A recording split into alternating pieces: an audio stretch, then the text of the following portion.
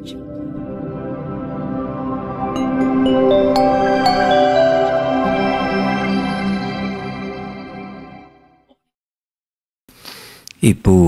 Bapak, dan saudara-saudara,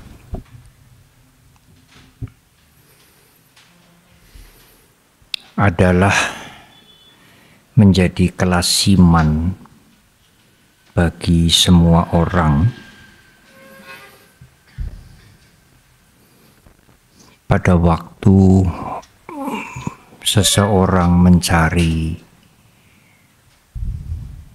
pedoman, mencari pegangan hidup atau pegangan untuk tujuan yang lain-lain. Seseorang mencari-cari. Proses itu disebut dengan belajar.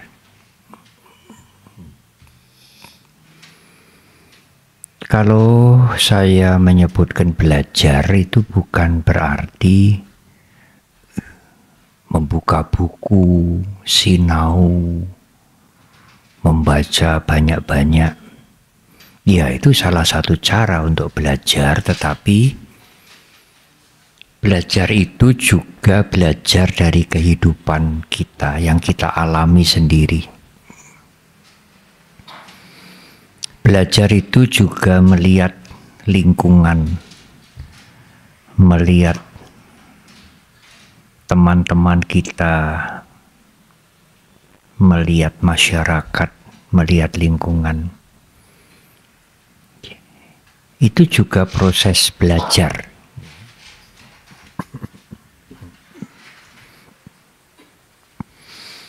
Apalagi kalau usia sudah lanjut, umumnya membaca itu tidak menarik. Ditambah lagi kalau huruf-hurufnya kecil-kecil, wah itu melelahkan. Untunglah sekarang ada rekaman-rekaman, ada media sosial yang ibu bapak saudara bisa mendengarkan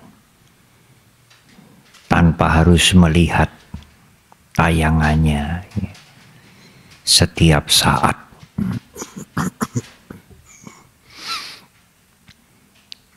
Dari belajar itulah yang di dalam bahasa Pali disebut bahusuta. Bahusuta itu banyak mendengar. Sering juga disebut bahu saja, belajar.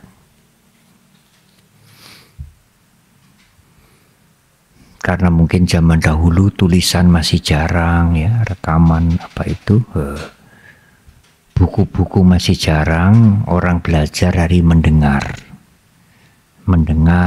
mengamat-amati. Dari belajar itulah baik dari buku-buku, literatur, termasuk kitab suci tentu, maupun pengalaman kita, pengalaman orang-orang lain, lingkungan kita, maka kita bisa mendapatkan sesuatu yang bisa kita pegang. Ya, ini menjadi pegangan saya. Kalau akan mengambil satu keputusan dalam pekerjaan, dalam satu usaha, setelah belajar, setelah mencari tahu itu, kemudian ya, saya memutuskan ini, tidak ini. Atau saya memutuskan seperti itu, yang ini tidak cocok. Dari belajar itulah kita menerima sesuatu yang sesuai dengan cara berpikir kita, yang sudah kita timbang-timbang, dari banyak hal yang kita pelajari itu lalu kita terima. Apakah cukup? Menurut Dhamma belum cukup. Saddha, keyakinan, yang sering diterjemahkan faith, yang umat beragama lain menerjemahkan iman, yang diyakini, yang diimani sebagai satu pedoman hidup. Itu setelah seseorang mencari-cari, menimbang-nimbang, mempelajari berbagai pandangan, kemudian menerima, ya, ini menjadi pedoman saya. Ini saya imani, saya menerima ini dan ini saya imani. Ini keyakinan saya, saddha.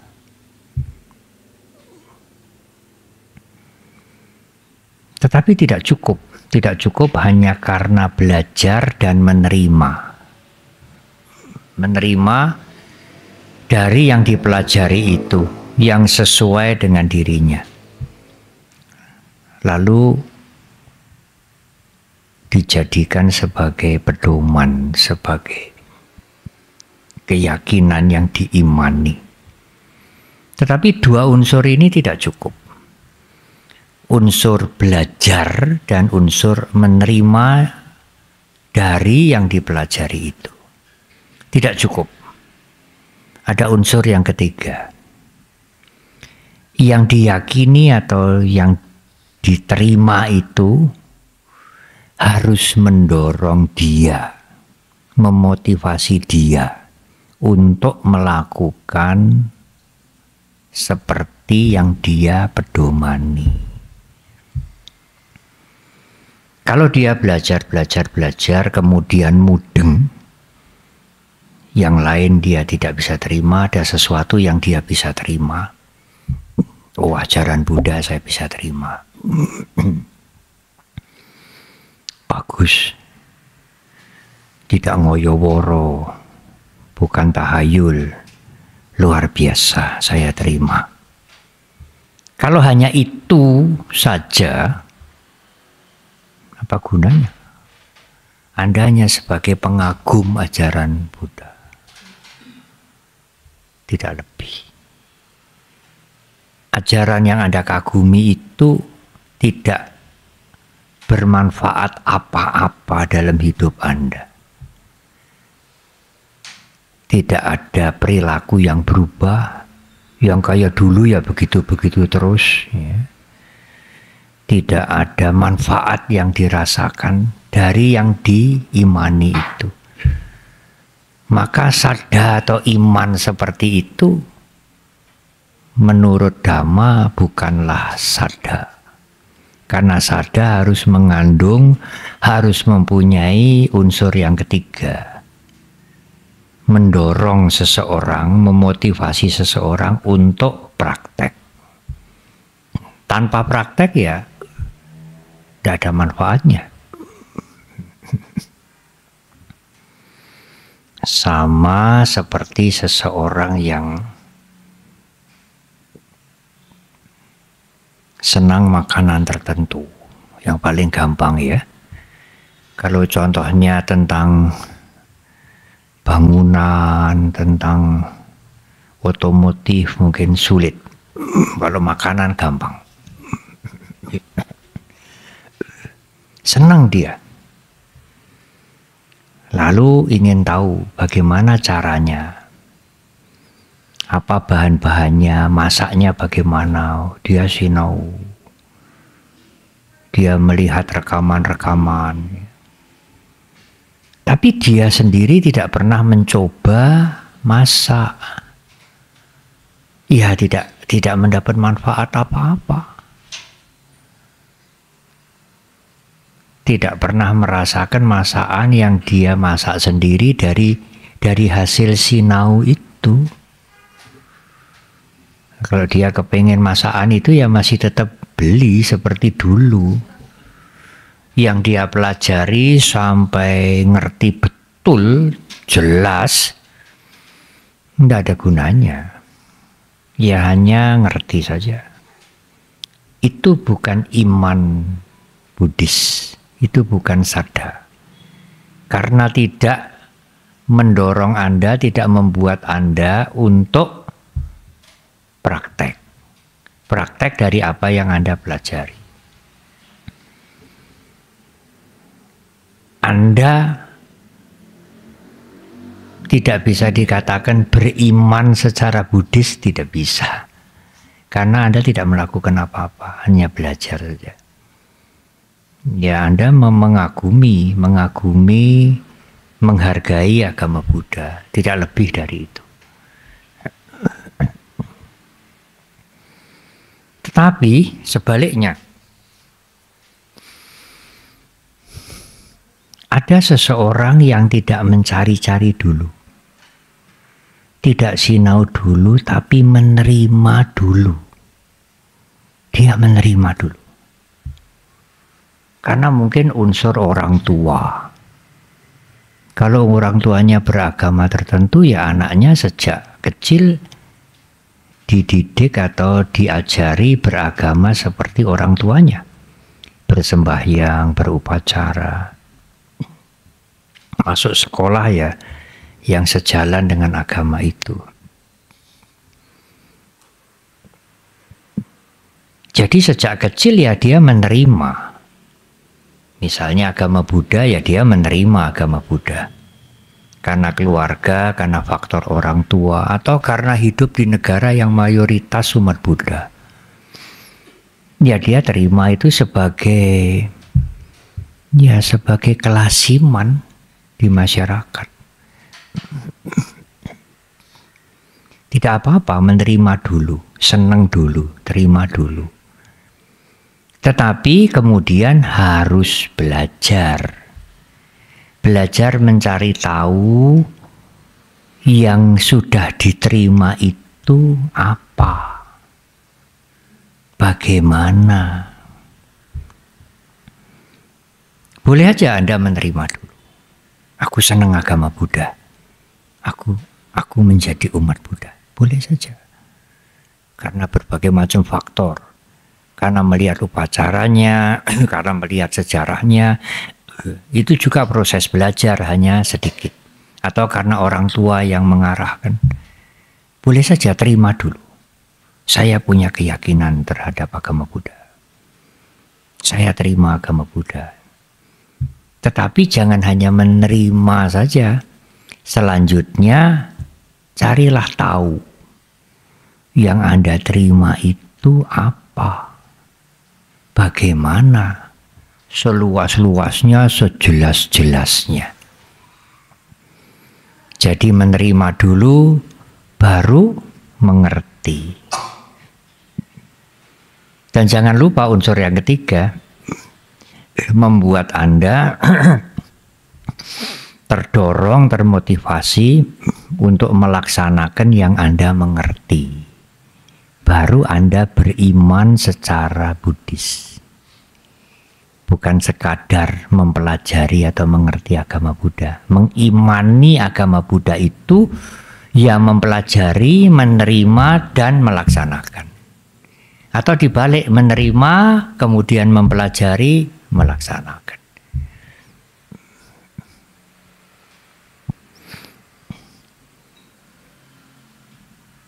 Tidak bisa, mana yang paling penting? Ketiga-tiganya penting semua.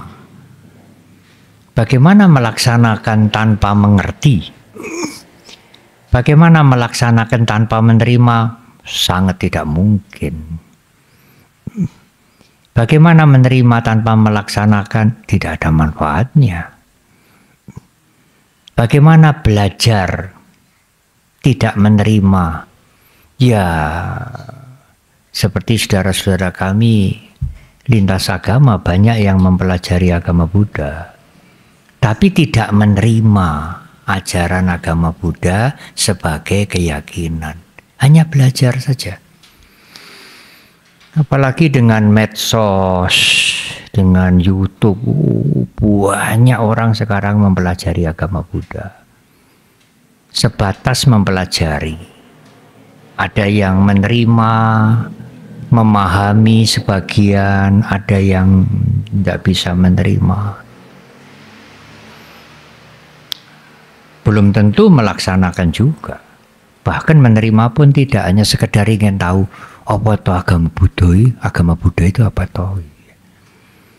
Kalau dengan mempelajari itu lalu dia cocok, dia menerima, lalu mencoba-coba melaksanakan, ya dia mulai beriman Buddhis.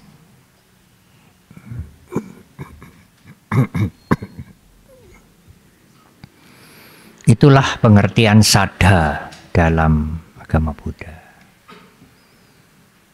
Bisa dimulai dari bahu saja, mencari tahu, belajar. Bisa dimulai dari menerima dulu. Kemudian terbentuklah sadha. Mengerti, menerima, atau menerima dengan mengerti, dan pati-pati. Pati-pati itu berusaha untuk praktek.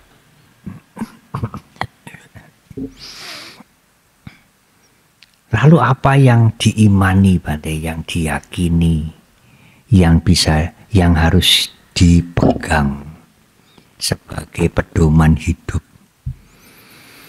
Di Samaditi, pengertian yang benar itu, Guru Agung Buddha Gautama pernah menjelaskan 10 hal. Cukup panjang ya. Tetapi kalau disingkat, boleh disebutkan, boleh dikatakan yang paling penting adalah mengerti, menerima, lalu memberikan dampak pada hidupnya, yaitu tentang hukum karma. Bahwa semua perbuatan itu berakibat, sekecil apapun, ya. Yang baik maupun yang buruk.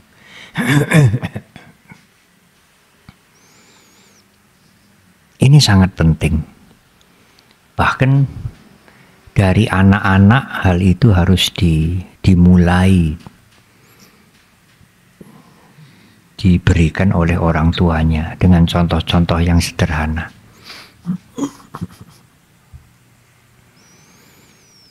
Dengan mengimani, artinya mengerti, menerima,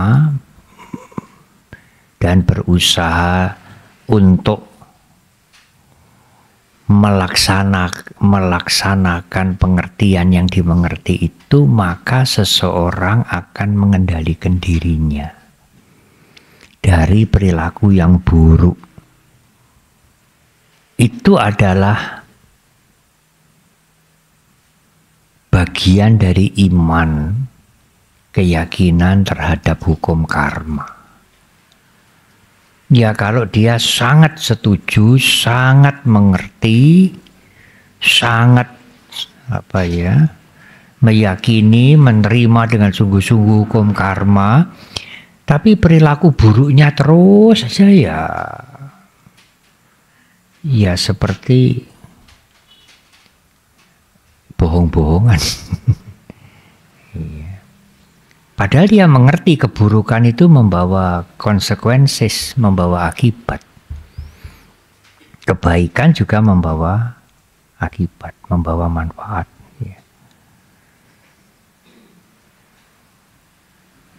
Oleh karena itu, dengan mengimani hukum karma, maka dampaknya adalah berhenti berbuat yang buruk. Buruk itu aku salah kama. Tetapi juga ada perbuatan jahat. Yang jahat itu mesti buruk. Nah, yang buruk itu belum tentu jahat ya, Bante? Ya, belum tentu, tapi hati-hati. Bisa menjadi jahat juga. membunuh, menyakiti, mencuri itu jahat.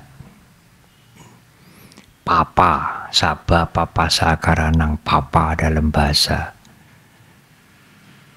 Pali. Bukan bahasa Indonesia ya.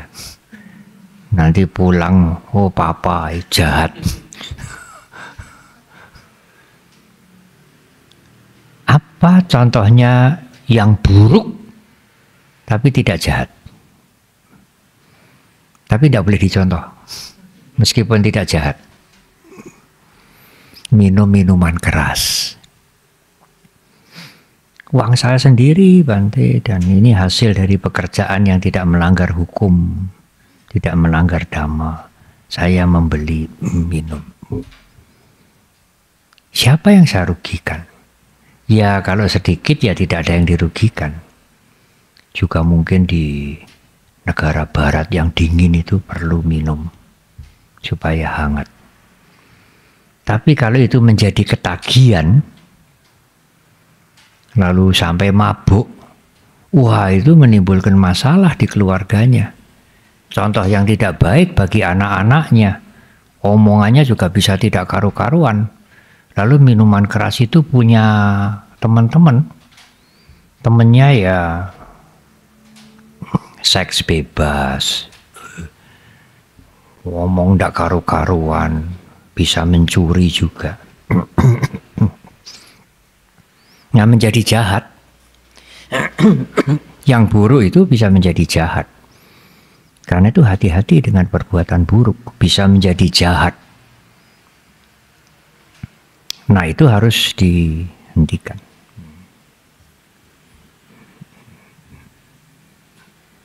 Tetapi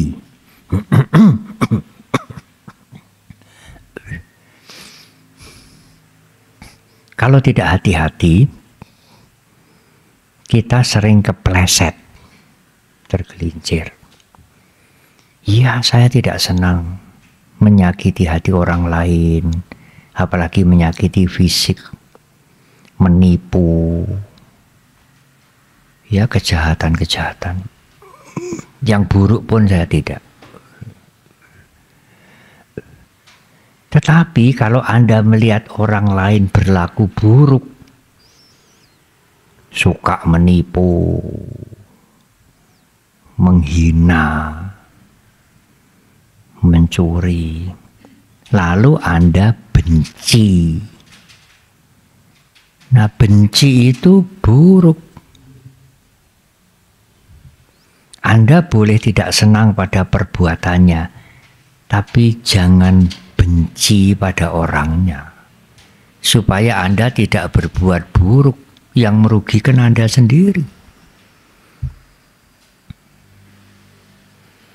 Iya, Bante, kalau dia berbuat buruk pada orang lain, ya saya tidak benci, tidak senang perbuatannya. Tapi kalau dia menjahati saya, wah ini sulit.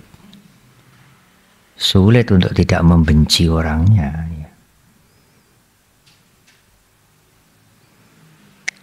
Dulu waktu saya sering ke Jakarta, kalau perayaan Waisak di Wihara Besar Mahayana Mahaviragraha, itu diselenggarakan perayaan Waisak besar. Wiharanya Biksu Prajnawira yang di Semarang ada di Marina. Tokoh-tokoh lintas agama diundang, pejabat-pejabat diundang. Yang rajin datang itu Pak Kwek Kian Gi. Waktu masih jadi menteri, waktu tidak jadi menteri juga rajin datang. Dan memberi sambutan. Dalam sambutannya itu beliau cerita, Bung Karno itu tidak senang penjajahan. Menyengsarakan orang, mengambil harta negara lain, menindas. Tapi Bung Karno itu punya sahabat orang-orang Belanda banyak. Yang nggak disenangi itu perilakunya menjajah itu loh. Tapi dengan orang-orang Belanda, Bung Karno tidak benci. Bahkan belajar hal-hal yang baik dari orang-orang Belanda. Pak Kwe. Tapi beliau melanjutkan, itu Bung Karno. Kalau saya ora seneng perbuatannya, ya benci karo orangnya, sisan gitu ya. Kalau saya ndak seneng sama perbuatannya juga benci pada perbuatannya, ya benci pada orangnya. Saya ndak bisa seperti Bung Karno.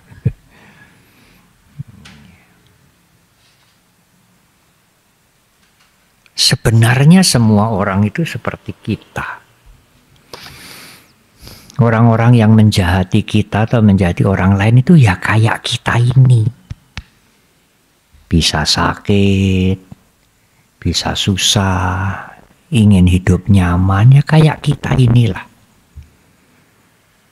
Kita ya tidak mau disengiti, dibenci, yang lainnya tidak mau. Ya mbok kita tidak usah membenci dia. Kalau dia berbuat buruk kepada siapapun, nanti akibat karmanya kan mesti datang. Karena kita mengimani hukum karma, loh, itu bukan khayalan. Hukum karma itu the truth, itu nyata, saja.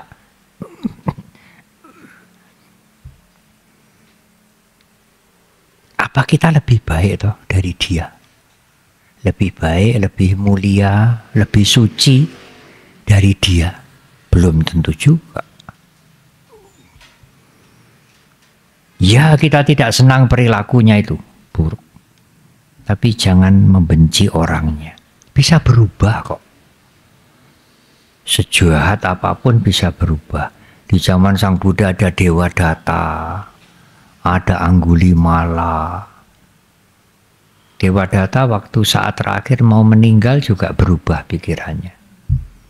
Menyadari kesalahannya. Anggulimala pembunuh itu bisa menjadi arahat. Dan banyak lain lagi. Ambapali yang sekarang disebut pelacur begitu ya, dia mencapai kesucian juga. Anagami atau Sotapati mungkin. Ambapali. Oleh karena itu berusahalah untuk membedakan perilaku seseorang dengan pribadi orang itu.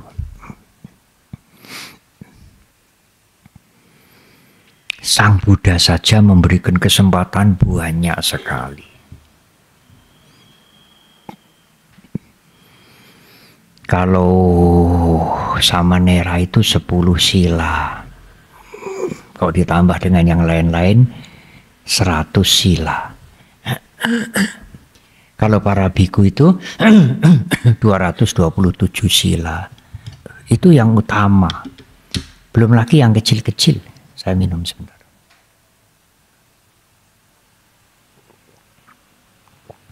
Seperti memakai jubah dan lain-lain, itu di luar yang 227 itu, membuat jubah dan lain-lain. Tetapi kalau ada pelanggaran, ada biku yang melanggar, Sang Buddha membuat winaya itu supaya biku-biku yang bertujuan untuk hidup sederhana, membebaskan kotoran batin, mencapai kesucian itu ada pagar. Agar tujuannya itu tercapai. Kalau nggak dipagari banyak sekali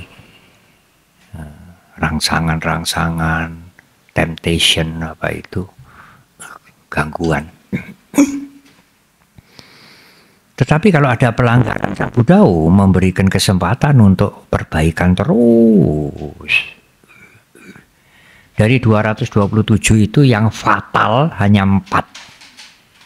Artinya salah satu dari 4 ini kalau dilanggar, dilakukan, dia bukan biku lagi. Hanya 4 loh. Dari 227 itu kalau 10% 22. Kalau 5% 11, ini 4, tidak sampai 5%. Kalau 5% 11, 4 itu 3%. 3% kira-kira. 3% dari 227 peraturan. Yaitu melakukan hubungan seksual dengan siapapun, membunuh manusia. Membunuh nyamuk kebikuannya tidak hilang. Maaf, membunuh ayam pun belum hilang. Membunuh manusia atau menganjurkan orang bunuh diri. Mencuri yang kalau dilaporkan polisi, polisinya mau bikin BAP. Kalau lapor, oh, biku itu ngambil permen saya 1 butir, polisi tidak mau bikin BAP. Kalau polisi mau bikin BAP, dia sudah melakukan pelanggaran berat dan menyatakan dirinya sudah suci, sotapana, sakadagami, termasuk mencapai jana. Hati-hati itu. Kalau itu dilakukan dari 4 ini, salah satu aja, bukan 4-4-nya, sekali saja, nah dia bukan biku lagi. Apakah itu bukan kasih sayang Sang Buddha yang begitu besar? Kesempatan yang diberikan Sang Buddha untuk yang begitu besar. Ayo. Perbaiki, ayo perbaiki. Ya, kamu gagal, perbaiki. Asal tidak yang 4 ini loh. Kalau yang 4 ini sulit. Seperti orang yang dipotong lehernya, tidak akan hidup lagi. Kebikuannya hilang. Seperti kaca yang tidak bisa disambung lagi, ya, hilang. Nah demikian juga kita. Siapapun yang melakukan kejahatan, siapapun yang berbuat buruk, termasuk pada kita, ya kita tidak senang. Kita punya sikap yang jelas, itu buruk. Akibatnya tidak baik, saya tidak suka. Tapi saya tidak membenci orangnya. Kita harapkan semoga dia menjadi baik. Saya tidak bisa lagi bantai tegur sapa, tidak bisa lagi kerjasama, ya tidak apa-apa. Tidak bisa tegur sapa, tidak bisa kerjasama karena dia sudah menjahati saya, ya tidak apa-apa. Tetapi jangan membenci.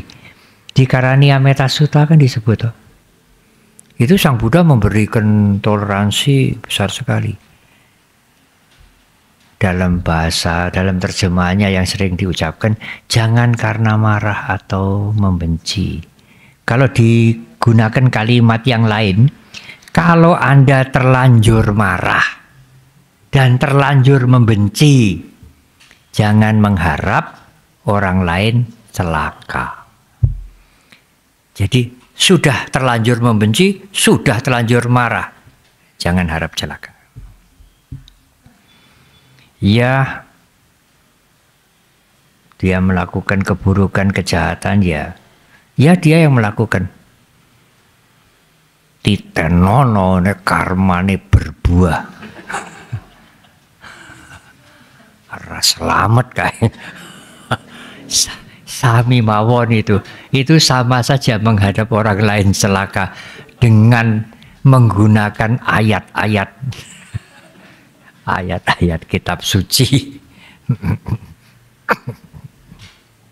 Itu yang membuat kita tergelincir. Saya pernah menguraikan ini dalam perayaan Wesak. Lalu ketua PGI yang dulu, Pendeta Nathan Setiabudi, selesai bubaran Wesak dia datang pada saya, Bante, sama itu dengan yang diajarkan oleh Yesus kepada kami, bahwa kita tidak senang pada pelacuran, tidak senang, tetapi jangan membenci pelacur. Dia bisa jadi baik kok, bisa berubah. Dan tugas umat beragama, tugas pimpinan agama itu bukan menghancurkan orang, bukan menginjek orang sebagai hukuman, tetapi memperbaiki, mengangkat, memperbaiki dengan cinta kasih, dengan kasih sayang, dengan metta karuna.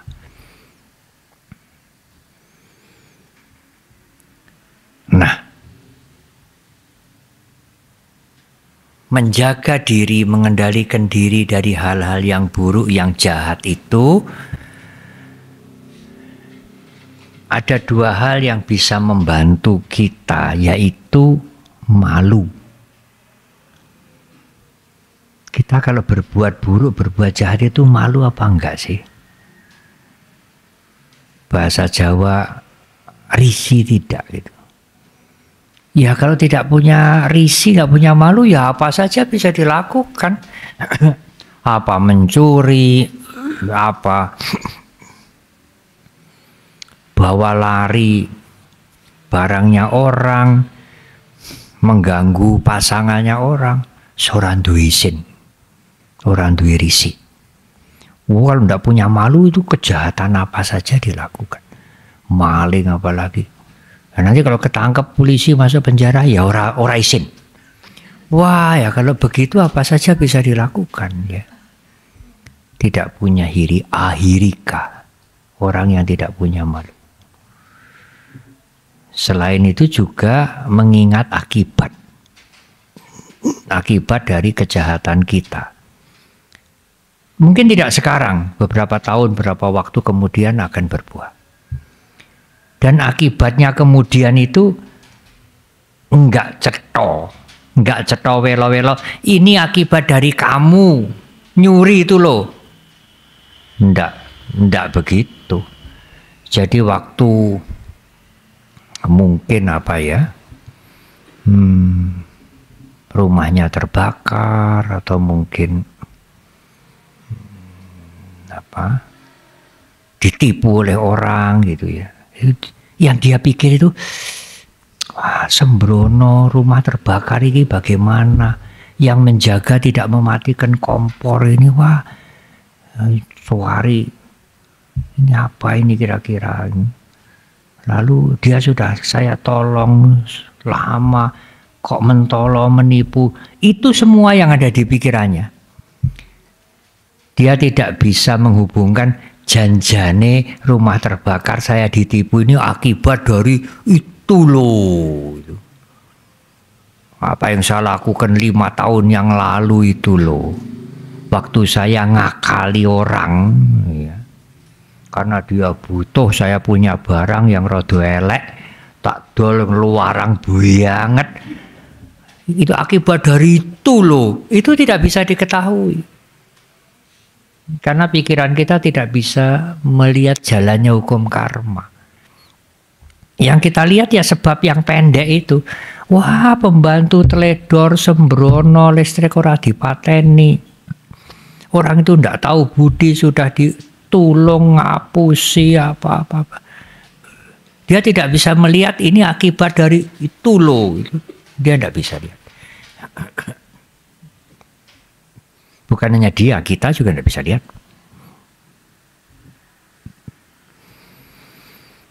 Jadi sebetulnya kalau segala macam masalah ya ekonomi, ya keluarga, ya kesehatan, ya pekerjaan, ya itu akibat. Kalau tidak akibat, tidak mungkin. Pasti ada sebabnya. Kita tidak bisa lari dari sebab. Dan sebab itu kita sendiri yang membuat. Ya semuanya lah, termasuk saya, termasuk Sang Buddha juga. Sang Buddha mau digelundungi batu, mau dibunuh, difitnah. Ya itu sisa-sisa dari karma yang lalu.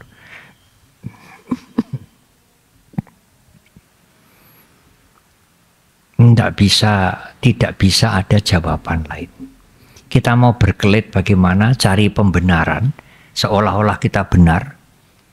Orang yang menipu, yang ngapusi itu yang salah semua, kita benar, kita jadi korban, ya itu pembenaran. Sebetulnya ya itu akibat dari perbuatan kita sendiri yang lalu. Tetapi tidak hanya mengendalikan diri, memegang sila, dengan dipagari, malu, hiri, dan tahu akibat dari kejahatan itu apa. Tapi kita juga harus care pada orang lain. Melakukan hal-hal yang baik untuk membantu yang lain. Loh Bante, membantu orang lain itu kan pilihan toh. Suka-suka. Kalau suka bantu sama yang lain ya baik. Kalau tidak mau bantu sama yang lain, yang penting kan awake dhewe tidak berbuat jahat, kan cukup toh. Sebetulnya membantu orang lain, care, peduli pada orang lain itu sebetulnya bukan pilihan, bukan suka-suka. Itu keniscayaan, alias keharusan. Mengapa Bante? Mengapa? Lah kita ini tidak bisa hidup sendiri kok.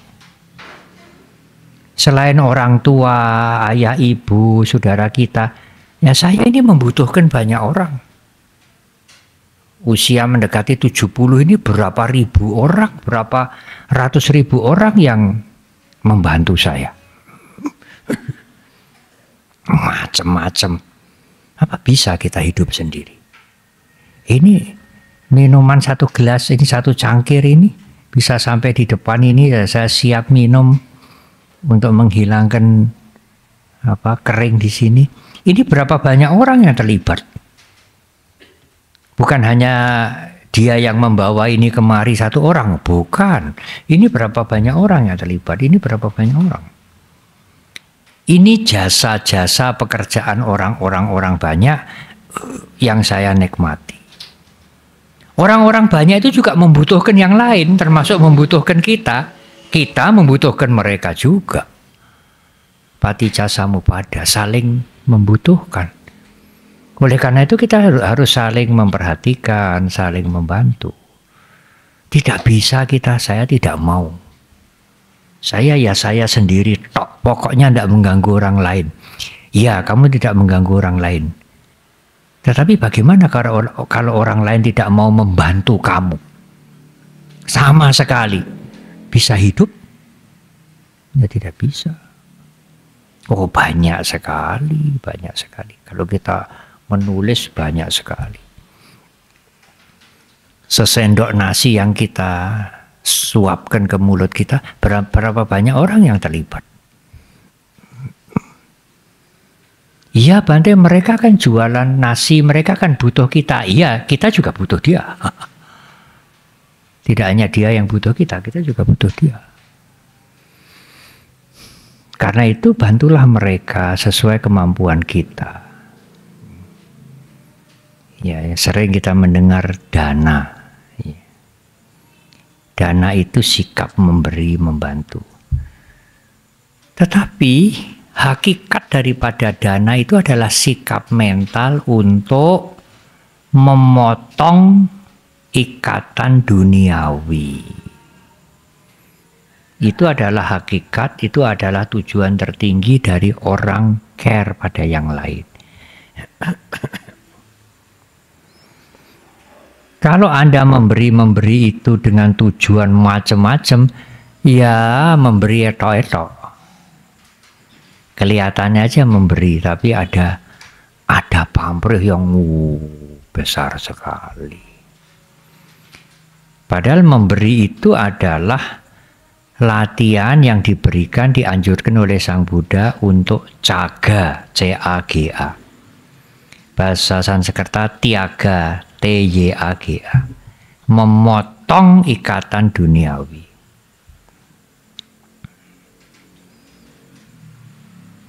Itu memerlukan kebijaksanaan. Kalau kebijaksanaan Anda tidak berkembang, ya Anda menolong juga. Tetapi pamrihnya banyak sekali. Itu jadi habit, jadi kebiasaan. Kalau Anda berbuat baik sesuatu itu pikirannya nagih. Misalnya ada bencana alam, ayolah kita berdana meskipun kita sendiri kurang, orang ketang 5.000, 10.000. Meskipun tidak diucapkan pikirannya tidak nagih. Ya supaya kerjaannya lancar. Ekonominya tidak tersendat, banyak berbuat baik, mumpung ada kesempatan, selalu nagih. Mbok ndak usah nagih, wong akibatnya itu pasti kok. Kan kita yakin hukum karma, buat apa nagih-nagih? Oh itu sudah pasti kok. Kita yakin seyakin-yakinnya karena bumi masih berputar. Kalau bumi tidak berputar, ambiar kita. Maka matahari besok terbit dari sebelah timur. Itu ndak usah diharap. Siapa yang mengharap besok semoga matahari terbit dari timur? Orang ndak waras itu. Ndak usah diharap, mesti dia terbit. Kalau kita berbuat baik, mesti nanti ada akibatnya. Ora usah diharap apapun. Mengharap membebani pikiran. Nambahi beban pada pikiran. Nah, dengan cara itu, memberi tanpa mengharap, kita ngetok ikatan duniawi. Kalau mengharap, ya kita ikatan duniawinya tambah kuat.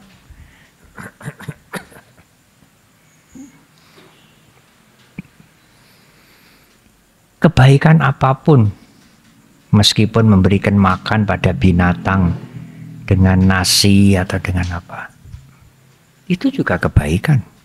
Tapi ingat, kejahatan juga kejahatan. Lakukan itu untuk memutus ikatan duniawi. Biar kita tidak terikat oleh duniawi ini. Loh, Bante, memutus ikatan duniawi itu apakah harus menjadi biku? Kalau kami hidup bermasyarakat, berkeluarga, mencari makan, memberikan jasa, dagang, apa bisa memutus ikatan duniawi? Atau apa perlu memutus ikatan duniawi? Oh, perlu sekali. Itu juga keharusan, bukan sukarela. Mengapa? Karena perubahan itu satu saat kita dituntut untuk melepaskan semuanya. Dan itu berlaku untuk semua orang, semua umat beragama, semua suku, semua-muanya. Karena berubah, karena hukum perubahan itu, karena kasunyatan perubahan itu, suatu ketika kita dituntut untuk melepas semuanya. Ya istri, ya suami, ya anak, ya rumah, ya nama, ya deposito, ya apa, semua lepas. Kemana? Ya sesuai dengan warna perbuatan kita, kemananya. Nah, kalau kita tidak punya latihan melepas, nanti kalau terjadi perubahan itu kita sengsara. Ingin menolak, apa bisa menolak? Ingin hidup terus, apa bisa? Kalau yang masih muda ingin muda terus, apa bisa? Kalau sudah terlanjur tua, Bante, ingin tua terus. Artinya tidak mau mati. Ingin tua terus, apa bisa? Tidak bisa. Bante, kalau begitu memotong ikatan duniawi itu tidak harus jadi biku, tidak. Apa memotong ikatan duniawi itu nanti tidak jadi kere? Tidak juga, saudara. Tidak jadi kere, tidak. Itu sikap mental. Bukan membuangi barang-barangnya, ini saya tidak mau terikat gitu. Itu sikap mental kita, kalau nanti terjadi perubahan, siap terima. Ya, memang itu adalah kenyataan dari alam semesta ini. Ada yang berkata begini lagi. Waktu saya masih SMP mungkin atau SMA, ada seseorang bertanya kepada seorang pandita, Romo, memotong ikatan duniawi, latihan untuk melepas. Tidak terikat, tiba waktunya terjadi perubahan, lepas. Apa bisa kita ini? Yang tidak punya ikatan itu kan hanya wong edan. Orang gila yang tidak punya ikatan. Nanti dulu. Apa orang gila, betul-betul gila. Tidak bisa berpikir waras itu loh. Hidup menggelandang. Tidur di emperan-emperan, bawa tikar. Nggawa kloso amoh. Apa dia tidak terikat? Dia tidak terikat, Bante. Nanti dulu, betul. Ambil itu kloso amohnya itu, curi lalu diobong. Marah dia. Marah sekali. Anda bisa dikelotor ya, dikelotor itu dikejar sampai dapat, mungkin Anda bisa dibunuh itu. Hanya karena kloso amohnya itu Anda ambil, Anda bakar. Bukankah itu kemelekatan?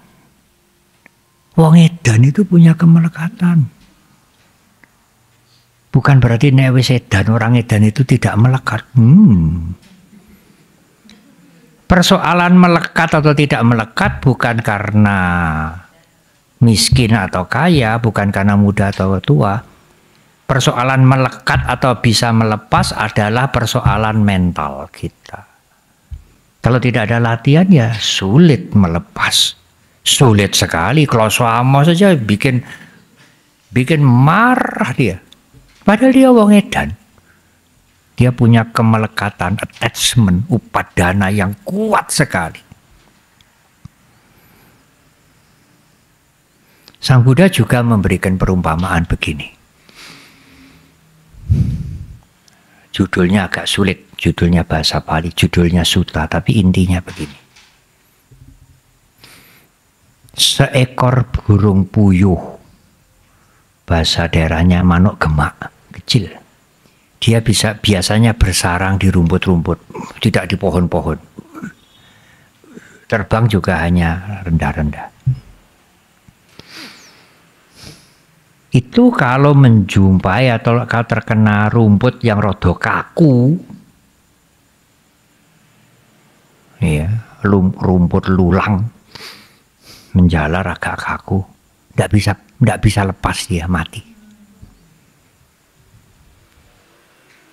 Jadi burung puyuh itu bisa mati hanya karena rumput. Terikat oleh rumput, tidak bisa lepas. Tapi seekor gajah yang diikat kakinya dengan rantai yang gede, diikat di patok, dia bisa jebol itu patoknya, lepas. Meskipun diikat dengan rantai yang besar sekali. Jadi bukan persoalannya wong edan atau wong waras, bukan persoalannya orang sangat miskin atau orang kaya, persoalan mental. Yang miskin sangat terikat ya ada. Yang miskin bisa melepas setiap saat kalau terjadi perubahan ya ada. Yang hartanya banyak sangat terikat ya ada. Yang hartanya banyak bisa melepas ya ada. Bukan persoalan harta banyak atau sedikit, persoalan mental. Ada wisdom, ada kebijaksanaan, ada latihan atau tidak. Kalau tidak ada latihan, yang hartanya sedikit pun sangat terikat dengan yang sedikitnya itu. Seperti burung gemak yang mati hanya karena rumput. Tapi kalau dia punya latihan, punya pengertian yang kuat, punya mental yang dilatih dengan baik, meskipun materinya banyak, waktunya melepas, lepas. Seperti gajah yang bisa bedol rantai yang besar itu. Tapi seekor burung gemak mati hanya karena rumput. Sulit melepas ikatan yang kecil sekalipun. Padahal perubahan ini mengharuskan kita untuk melepas. Wong menghirup udara saja harus dilepas kok. Itu hukum alam. Coba Anda menghirup udara, jangan dilepas. Sengsara. Sangat sengsara itu. Ya, melepas itu membawa kebahagiaan. Tidak nggondeli, melepas itu membawa kebahagiaan. Ya bukan berarti lalu sekarang hartanya diambur-amburkan, hidup miskin, nggawa kloso amoh, ya bukan. Tiba waktunya nanti terjadi perubahan yang tidak bisa diselamatkan, ya lepas. Apakah kendaraan, apakah harta, apakah mungkin keluarga, tiba-tiba terjadi perubahan, Ya. Mungkin tidak bisa spontan melepas, tetapi tidak melekat terlalu lama. Latihan kita, pengertian kita itu menjadi modal yang sangat berharga bagi kita untuk bisa melepaskan.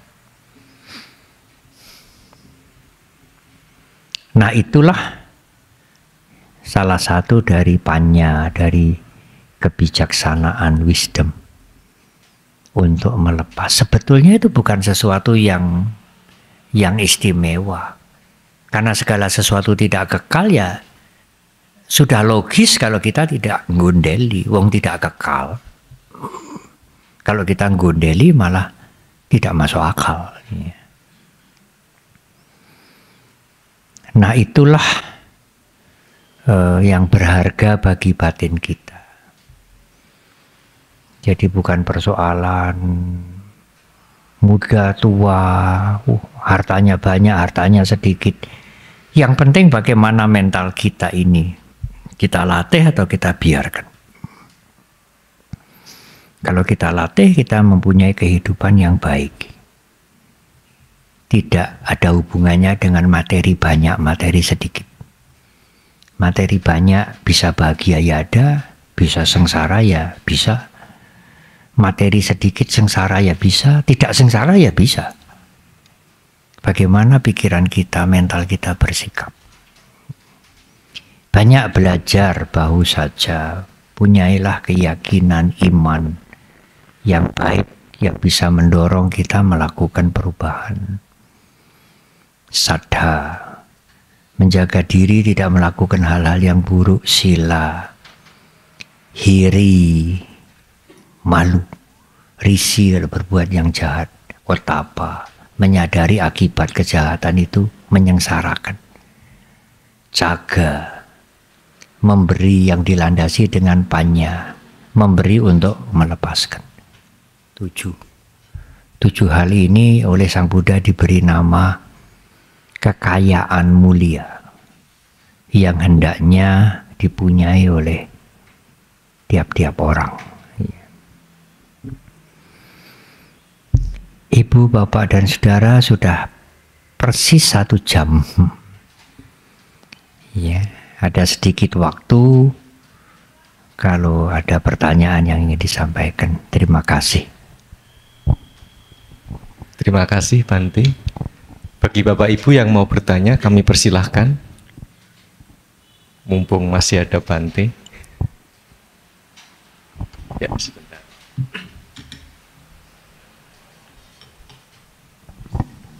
Selamat malam, Bante. Ya, dari mana? Dari sini, Pak. Klaten. Klaten, namanya siapa? Paridi. Wah, Paridi. Paridi. Ya. Pertanyaannya dari urean ini ya, enggak nyimpang jauh-jauh. Oh, iya. Saya kan sama istri sama anak beda agama. Apa? Pisah. Beda agama. Beda agama. Beda agama. Iya. Terus saya sering melarang anak mancing. Terus itu saya karma buruk apa karma baik? Ya. Nggih. Saya jawab ya. Melarang orang membunuh termasuk mancing itu ya sangat baik. Kalau menyuruh membunuh, nah itu jelek. Tetapi caranya melarang harus ditoto. Kalau caranya melarang karo ngamuk-ngamuk, ojo mancing. Kowe besok nek dipancing rasane kepriye, iku mateni. Iya, apalagi kalau anak sudah SMP atau mungkin sudah SMA bisa berontak nanti. Nanti bisa mengatakan agamaku beda, bisa begitu. Wah, jadi masalah agama dengan agama harus dicoro, Mas, dicoro, diceritani, diajak omong-omong. Cerita yang baik bagaimana, Bante, omong-omong yang baik. Wah, itu tidak bisa dirumuskan sekarang. Ya kalau ada waktu yang baik diajak omong-omong ya. Diceritrani mereka-mereka yang mancing-mancing, yang berburu. Wah, itu akibatnya tidak baik. Seperti kita sakit sedikit saja, wah, sakit gigi saja, wah, setengah mati. Nah, ikan itu kalau dipancing ya klepek.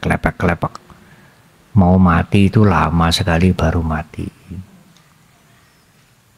Kasih makan aja, diwenehi makan. Biar ikannya seneng ya, awake dhewe melu seneng gitu. Ya kepengen makan ikan ya nanti golek pun nonton pundi Pak, nonton pasar. Iya. Ya harus pakai dicoro ya. Kalau tidak dicoro ya sulit. Nanti niat kita baik malah orang lain, anak kita marah pada kita lah. Kalau anak kita sendiri yang marah pada kita, orang tua lebih marah lagi. Kalau anaknya orang lain marah pada kita bisa rada sungkan arep nyoneni saempenge ya. Tapi nek anake dhewe marah pada orang tuanya, wah, orang tua bisa naik darah. Anakku dewe wani karo aku, lu marahnya lebih buanter itu. Orang tua lebih kejam kepada anaknya ketimbang kepada anak tetangga, ketimbang pada anak orang lain. Mau nyentak, mau nyeneni masih mikir-mikir. Tapi kepada anaknya sendiri, wah, pateni, wah. Bisa begitu meskipun ya tidak sungguh-sungguh ya. Pakai cara. Dari mana Bante caranya? Belajar, omong-omong dengan teman-teman, carane ngandani kepriye yo, carane ngandani. Saya pernah diberitahu salah satu cara.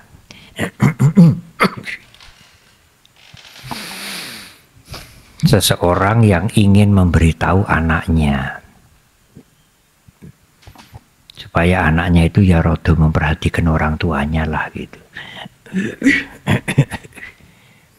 Tapi caranya bagaimana? Apalagi orang tua itu sama anak itu kumpul tiap hari. Kadang-kadang anak-anak bosan diomongi orang tua, diomongi orang lain malah mau dengar. Orang tuanya cerita, suatu sore waktu selesai makan-makan, iki ono frame itu, frame foto itu loh, figura. Bunder, nomor loro hati, nomor telu kotak. Ini ada pertanyaan, ono hadiah. Nek fotone bayi apike dilebokke frame figura sing endi? Bunder Pak. Nek anak remaja apike figura endi? Hati Pak. Nek wis tuwa apike figuran di kotak Pak. Ya, nek wis tuwa mlebu kotak. Anaknya, bapak ngendika macam-macam. Sejak itu anaknya jadi baik. Nek wis tuwa mlebu kotak. Ya itu pakai cara dari mana ya Bante caranya itu ya sinau tidak harus baca buku, omong-omong dengan teman-teman dan lain-lain. Kalyana mitra, kita kan punya sahabat, punya teman bergaul. Aku duwe masalah kaya ngene iki, anakku seneng mancing, piye carane ngandani ben rada mendora mancing. Nanti dari omong-omong itu akan dapat apa ya? Dapat coro. Oh ya, apa iki? Coba tak gunake. Belum tentu berhasil. Bisa berhasil, bisa tidak berhasil ya. Ya kalau tidak berhasil ya cari cara yang lain, Ya begitulah hidup ini. Begitulah mendidik itu. Saya tidak punya anak, saya punya murid sama Nera, biku-biku baru. Bermacam-macam cara yang harus digunakan untuk mendidik mereka. Satu cara tidak bisa digunakan untuk yang lain. Cara ini cocok untuk ini, cara ini tidak cocok untuk itu. Macam-macam cara. Dan kita bisa mendapatkan itu. Kalau kita mau sinau. Ya, kalau kita tidak mau sinau ya. Kalau tidak mau sinau bagaimana Bante? Ngamuk. Marah. Aku bapakmu lah.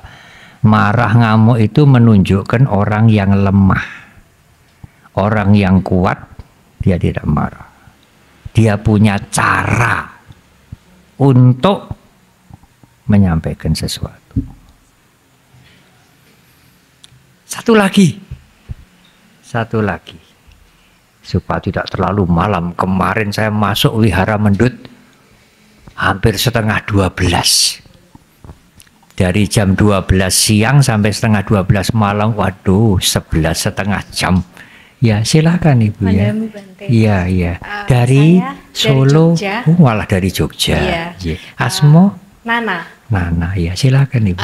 Pertanyaannya terkait dengan kehilangan ya. Bagaimana cara kita untuk mendampingi atau memberikan penghiburan kepada orang yang sedang berduka karena kehilangan? Kehilangan yang paling tepat. Barang atau kehilangan keluarga? Keluarga ya. Iya. Meninggal Iya, dunia. meninggal. Iya. Jadi Iya. gimana cara yang Iya. tepat dan bijaksana untuk menghadapi situasi tersebut? Iya, Terima matur kasih. nuwun. Tepat dan bijaksana ini harus melihat orangnya. Kalau orang itu sitik-sitik mengerti dhamma, iya tidak sulit. Kalau sama sekali tidak mengerti dhamma, aduh sulit sekali. Apalagi kalau katanya hidup kekal, waduh piye iki. Nah, itu bertentangan dengan yang kita yakini. Ya berubah itu kasunyatan, itu bukan hanya ide. Berubah itu kan bukan ide toh. Bukan isme. Berubah itu kan kasunyatan, semua orang bisa melihat. Tapi tidak mudah menerima perubahan itu. Padahal itu semua orang bisa lihat. Apa toh yang nggak berubah? Apa perlu diajari bahwa semua berubah? Sejak sakjane ya ora usah diajari. Tapi sulit menerima. Mengapa? Di mana sulitnya? Sulitnya itu karena melekat. Kalau gelas ini jatuh pecah, saya tidak terguncang. Tapi kalau sesuatu gelas yang berharga, bersejarah, jatuh, dan itu milikku, itu bisa jadi masalah. Kalau yang meninggal itu orang lain, kita tahu, kita dengar, tahu namanya, tapi tidak kenal, tidak ada guncangan sedikit pun. Tapi kalau yang meninggal itu adik kita, suami kita, mendadak, wah itu sulit. Sulit untuk menerima langsung perubahan itu sudah terjadi, saya harus terima. Ya tidak apa, kita belum orang suci. Tetapi sulit menerima itu jangan lama-lama. Kalau kita sangat sulit menerima berlarut-larut, ya kita membuat penderitaan untuk kita sendiri. Tidak hanya orang yang tidak pernah mendengar dhamma, orang yang sudah mendengar dhamma pun sulit. Saya pernah cerita, ibu itu sudah meninggal. Suaminya meninggal mendadak karena pendarahan di otak. Dalam waktu 4 tahun ibu itu tidak bisa menerima suaminya sudah meninggal, tidak bisa menerima. Bukan waktu yang singkat loh. Setiap bertemu dengan saya menangis, menceritakan kok meninggal mendadak, saya tidak pikir sebelumnya. Sampai saya sendiri, saya sabar-sabarkan, saya sendiri bosan. Mendengar keluhannya ibu itu bosan. Sudah kehabisan nasihat. Sampai suatu saat itu terpaksa harus menggunakan kalimat yang agak keras. Ibu, bapak itu memang sudah meninggal. Sudah dikremasi, sudah jadi abu, tidak bisa hidup lagi. Kalau ibu sampai sekarang ini sedih terus, bodoh itu. Diam. Kalau bapak mengetahui bapak susah 4 tahun karena yang bikin susah itu ibu. Tidak bisa menerima bahwa bapak sudah meninggal. Mau jadi bijak atau bodoh terus ibu? Ya kebetulan saya kenal baik. Kalau tidak kenal baik ya tidak enak ngomong seperti itu ya. Apalagi baru kenal 1-2 hari minta nasihat suaminya meninggal. 4 tahun setiap ketemu itu saja yang diceritakan menangis terus. Wah ini aku masih yang seperti dulu. Aku masih yang seperti dulu. Jangan. Aku sudah harus berubah. Aku masih yang seperti dulu. Tidak ada perubahan nanti. Harus pelan-pelan ibu. Diajak bicara pelan-pelan. Diceritai kasunyatan. Sang Buddha juga pernah menggunakan cara toh. Seorang ibu yang suaminya mungkin sudah meninggal. Anaknya tunggal. Laki satu-satunya. Digigit ular, mati, umur 4 tahun mungkin. Sulit menerima. Saking sayangnya. Dibawa ke sana kemari, ke tabib, kemana-mana, sampai anaknya ini membiru. Untuk menghidupkan kembali. Untuk menyembuhkan kembali. Dan dia tidak yakin kalau anaknya sudah mati. Kan akhirnya sampai ke Sang Buddha. Toh. Sang Buddha bilang, ya, bisa. Saya bantu. Senang banget. Carilah segenggam biji sawi dari keluarga yang belum pernah kematian. Pergi dia. Orang diminta, nggak hanya segenggam. Banyak pun saya punya biji sawi karena di desa itu banyak orang nanam sawi. Tapi kamu sudah mengalami kematian. Ya sudahlah. Mertuaku ya sudah meninggal, bapakku sudah meninggal, tinggal ibu. Tidak jadi. Pergi lagi. Semua ya pernah mengalami kematian lah. Siapa yang nggak pernah mengalami kematian keluarganya? Sampai capek sendiri. Nah capek itu ada gunanya juga. Kalau masih semangat ya masih nyari biji sawi. Akhirnya dia, semua orang mengalami kematian. Anaknya, suaminya, ayahnya, mertuanya, kakaknya, adik. Dia kembali kepada Sang Buddha. Saya bisa menerima anak saya sudah meninggal. Ya, anaknya tidak bisa dihidupkan lagi. Tapi mental dia yang mati itu bisa dihidupkan lagi. Awalnya kan mental dia mati toh, nggak bisa menerima kematian. Lalu dia bisa menerima. Kalau gitu Sang Buddha tidak bisa menghidupkan orang mati ya Bante. Lah buat apa menghidupkan orang mati? Ya hanya dihidupkan apa nanti tidak mati lagi? Dihidupkan, nanti dia mati lagi, Sang Buddha sudah tidak ada. Lebih sengsara lagi. Dulu anak saya meninggal dihidupkan Sang Buddha, sekarang meninggal lagi Sang Buddha sudah tidak ada. Sengsaranya double. Lebih baik menghidupkan pikiran dia yang mati itu. Itu lebih berharga. Itu salah satu cara. Salah satu cara yang digunakan oleh Sang Buddha. Ada lagi. Keluarganya sudah dikremasi. Tetapi dia itu sangat melekat. Tidak mau meninggalkan cremation ground, tidak mau meninggalkan tempat kremasi. Konon katanya di zaman Sang Buddha itu ada dewa yang menampakkan diri, menyamar sebagai manusia. Kamu di sini mau apa? Saudaraku itu saya mau minta hidup lagi. Sudah dikremasi.